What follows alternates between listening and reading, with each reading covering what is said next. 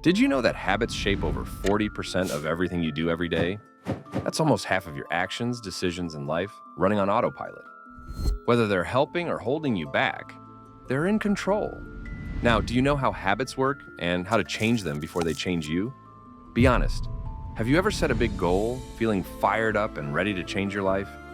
Maybe you've told yourself, this time, I'm going to eat healthier, work out consistently, or finally get that promotion. But somehow, despite your best intentions, you slip back into your comfort zone. Sound familiar? Here's the thing. It's not that you don't know what to do. You know the steps to a healthier life, a better career, or getting in shape. However, the excitement fades. Willpower runs out, and before you know it, distractions and bad habits creep back in. To truly change, you need to understand how habits work and how to take control of them. In this video, we're diving into The Power of Habit by Charles Duhigg. You'll discover the science behind habits, learn how to break the ones that hold you back, and create powerful routines that last. Stick with me, because by the end of this video, you'll have the tools to transform your habits. And don't forget to grab the blueprint to help you take action right away. Have you ever realized how much of your life runs on autopilot? Studies show that over 40% of your daily actions are habits. Habits are automatic behaviors you don't even think about. And thank goodness for that.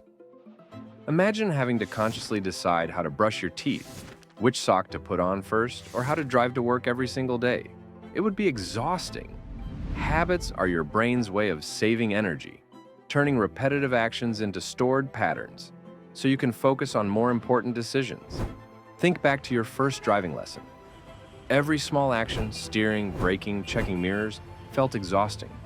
But now, driving is second nature. That's the power of habits. They take the complex and make it automatic.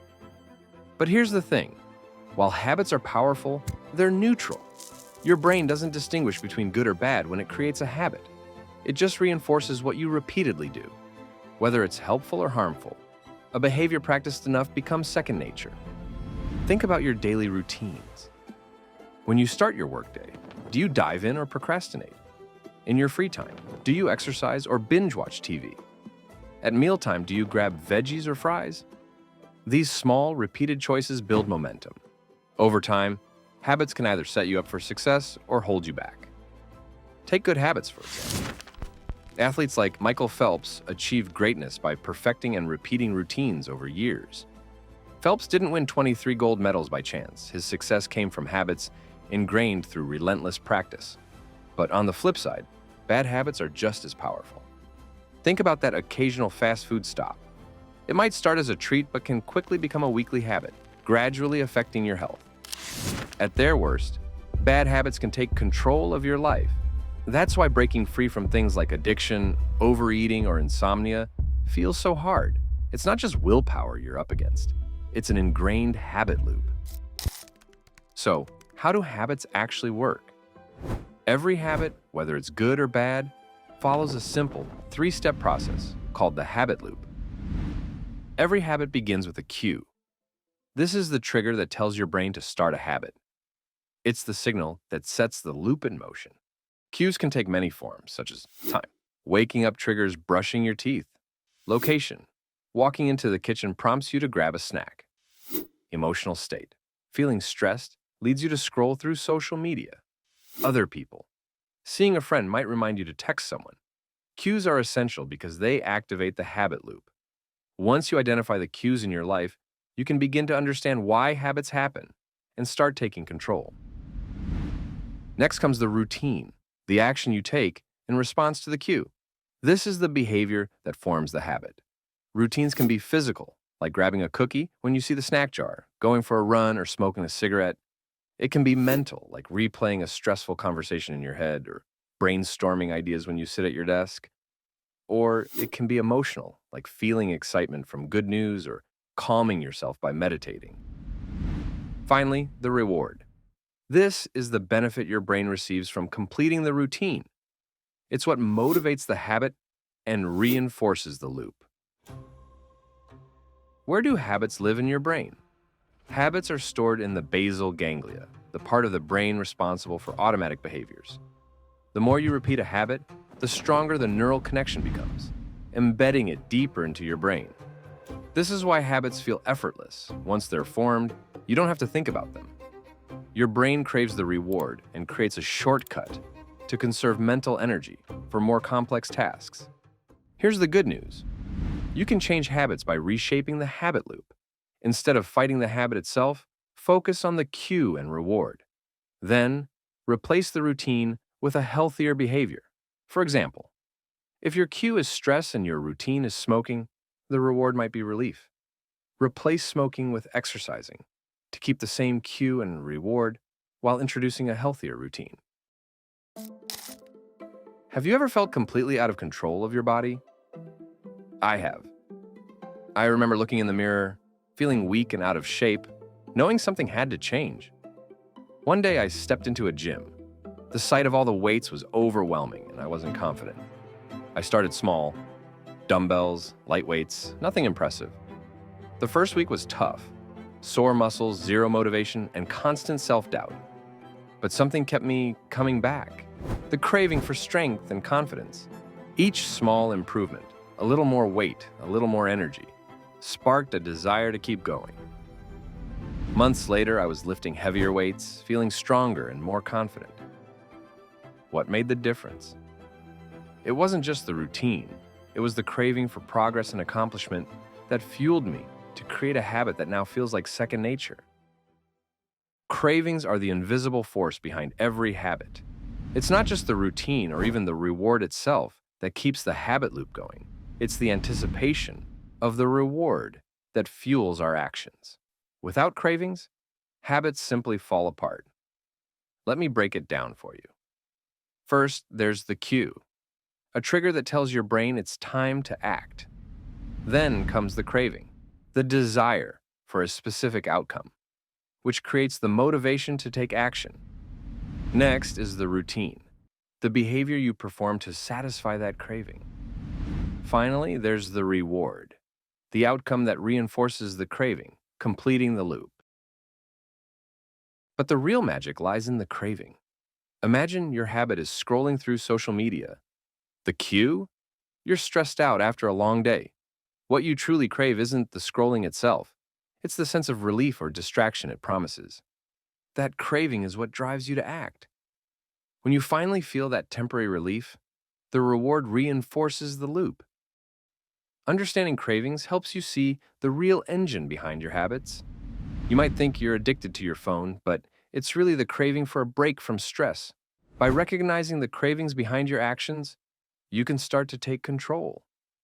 Instead of reacting to stress by grabbing your phone, you can redirect that craving for relief into a healthier habit, like taking a walk or journaling. Cravings are powerful, but when you know how they work, they can become tools for transformation. Let's bring this to life with a relatable scenario, breaking the sugar habit. Imagine this. It's 3:30 in the afternoon on a dreary workday. You're exhausted, overwhelmed, and craving something sweet, a double chocolate muffin. Sound familiar? At first, you resist, but as the day drags on, your resolve weakens. Soon, you're indulging in that muffin, justifying it as a one-time exception. But here's the catch. Exceptions quickly become habits. Monday, I need a boost to start the week. Friday, I deserve a treat for making it through. Stressful days, I've earned some comfort. The cycle repeats, not because you lack discipline, but because willpower alone isn't enough. To break the habit, you need a proven strategy. Start by identifying the habit you want to change. For example, you might notice that every day at 3:30 in the afternoon, you head to the cafeteria to grab a sugary snack. Every habit fulfills a need, so the next step is to figure out what you're truly seeking. In the case of your sugar habit, the reward might be a quick energy boost, mental recharging, social connection, escaping boredom, or simply a change of scenery, all of which the sugary snack seems to promise. To uncover the real reward, experiment with alternative actions. Take a brisk walk instead of eating. Stay at your desk but sip on coffee or tea.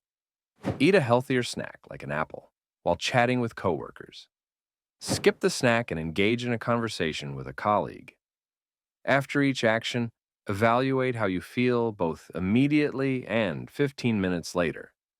If chatting with a coworker satisfies your craving, the real reward might not be the sugar itself, but rather the social connection. Every habit is triggered by a specific cue. To identify your trigger, track these factors when the craving strikes. Where are you? What time is it? How are you feeling? Who are you with? What were you doing just before?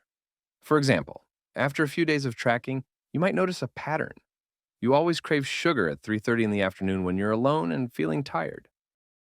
Now that you understand the trigger, craving, routine, and reward, create a new habit that fulfills the same need in a healthier way. In this example, the trigger is feeling tired and alone at 3:30 in the afternoon. The routine involves going to the cafeteria, eating a double chocolate muffin, and chatting with coworkers, while the reward is the social connection you gain. So, the craving is not really for the muffin itself, but for the feeling of connection and energy it brings. A healthier alternative could be visiting a colleague's desk for a short chat instead of grabbing a double chocolate muffin. To make this stick, set a reminder, like an alarm at 3:30 in the afternoon, to prompt the new behavior. Over time, this healthier routine will become automatic.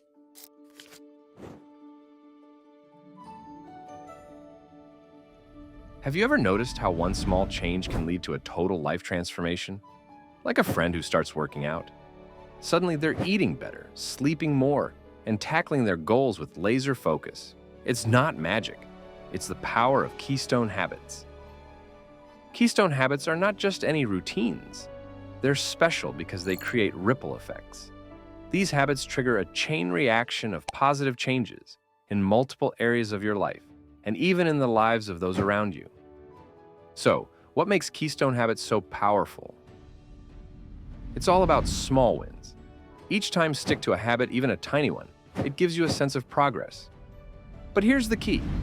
Small wins aren't random. They're strategic. The power of small wins lies in their ability to trigger a chain reaction. Take a habit like meal tracking as an example. At first, it might seem tedious, but over time, you start noticing patterns. You become more mindful of your choices, gain control over your eating habits, and feel empowered. It's not just about eating differently, it's about seeing yourself as someone who's disciplined and mindful. This brings us to the true power of Keystone habits: identity shifts. Small wins are the building blocks of identity transformation. Each success, no matter how small, reinforces your new identity. When you commit to a Keystone habit, it's not just your behavior that changes, it's how you see yourself. Think about it. If you start exercising regularly, you don't just get fitter. You may find yourself eating healthier, sleeping better, and becoming more productive. Over time, it's no longer just a habit. It becomes part of your identity. You don't need motivation to hit the gym. You do it because it's simply who you are. Habits are much easier to maintain when they align with your identity.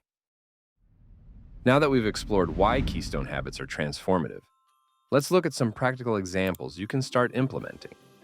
Let's talk about a simple yet transformative habit: writing things down. At first, it might seem trivial, just grabbing a pen and jotting down a few notes. But this one small act can ripple across your life. Why? Because writing fosters awareness. It forces you to slow down, reflect, and spot harmful patterns, helping you regain control of your actions. For instance, journaling about your productivity can reveal that you procrastinate whenever you feel overwhelmed. With this insight, you can break the cycle by setting smaller tasks or rewarding yourself for finishing them. Over time, the real power of writing lies in shifting your mindset. You start noticing connections between your actions and your outcomes. You see why you're stuck and how to break free. So, whether you're trying to eat healthier, improve your productivity, or simply understand yourself better, pick up a pen. Because that small act can spark big change. Building habits can feel overwhelming, especially when you're trying to do it alone. That's where community becomes a game changer. It's not just about having people around, it's about shared goals, mutual support, and accountability.